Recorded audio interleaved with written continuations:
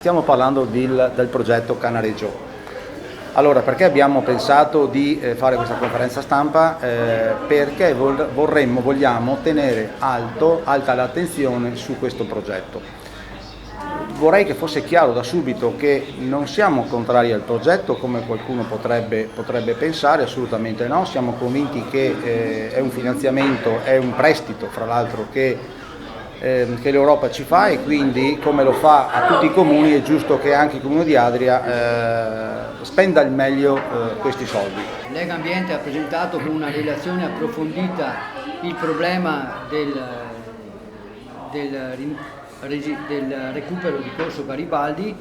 In quel frangente abbiamo parlato non solo di pini, abbiamo posto in evidenza anche negli interventi il problema dell'impatto ambientale nella vita dei cittadini, in particolare il problema dei posti auto, che saranno ridotti considerevolmente, passando addirittura a un numero praticamente superiore agli 80, si parla di 100 posti auto che verranno tolti. Si è parlato del parco giochi che sorge all'interno di quello che era stato istituito come i nuovi posti auto, una operazione fatta dalla precedente giunta nei primi mesi dell'anno scorso. Quindi posti auto che avevano garantito agli abitanti che abitavano in zona Canareggio, ma anche a chi veniva all'interno della città, uno sfogo su una situazione attuale che vede il recupero di posti auto indispensabili sia per le attività di commercio che per tutte le attività legate ai problemi familiari, alla spesa, un vivere la città in maniera diversa al di fuori di quelli che sono i posti auto a pagamento. Era una bella situazione che aveva risolto il problema, fatta al posto della vecchia pescheria. Adesso ci troviamo che al posto della vecchia pescheria e di quella spesa inutile probabilmente per qualcuno fatta l'anno scorso, viene fatto un parco giochi. Perché se non fosse stata Lega Ambiente non avremmo saputo niente del progetto. Loro hanno il problema alberi e verde, noi abbiamo un problema complessivo della città, una visione, e quindi vivere alla giornata non è questo il nostro problema.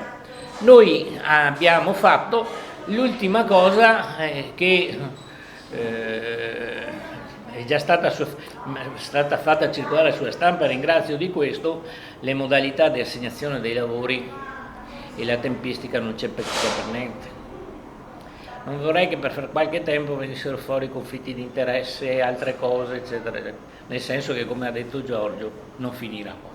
Il progetto è costato su 3 milioni in finanziamento 440.000, di cui in parte consistente a S2 sarà data una percentuale di incarico a un architetto che poi ha chiesto il trasferimento in un altro ufficio, e poi ovviamente al dirigente. La somma è di 2.240.000,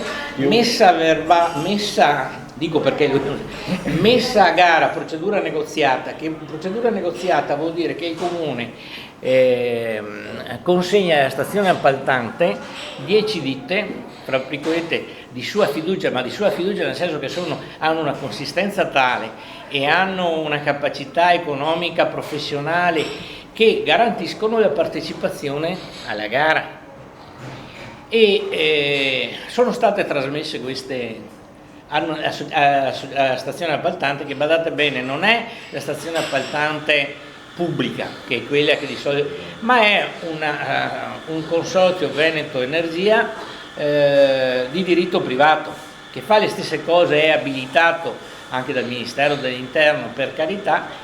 E una delle cose che andremo a vedere è che il dirigente ha dato queste 10, giustificando il motivo per cui sono stati invitati. E anche qui è abbastanza paradossale che un comune indichi 10 ditte per fare mercato e se ne presenta una sola, e se voi andate a vedere tutti i 4-5 finanziamenti del PNR che ha avuto il Comune di Adria, l'assegnazione che le ditte le hanno avuta tutte con un ribasso del 6-7%. Solo la società che ha vinto ha fatto un ribasso del 0,1. C'è il sospetto di un cartello, quindi. È presto per dirlo e non ho le prove per dimostrarlo.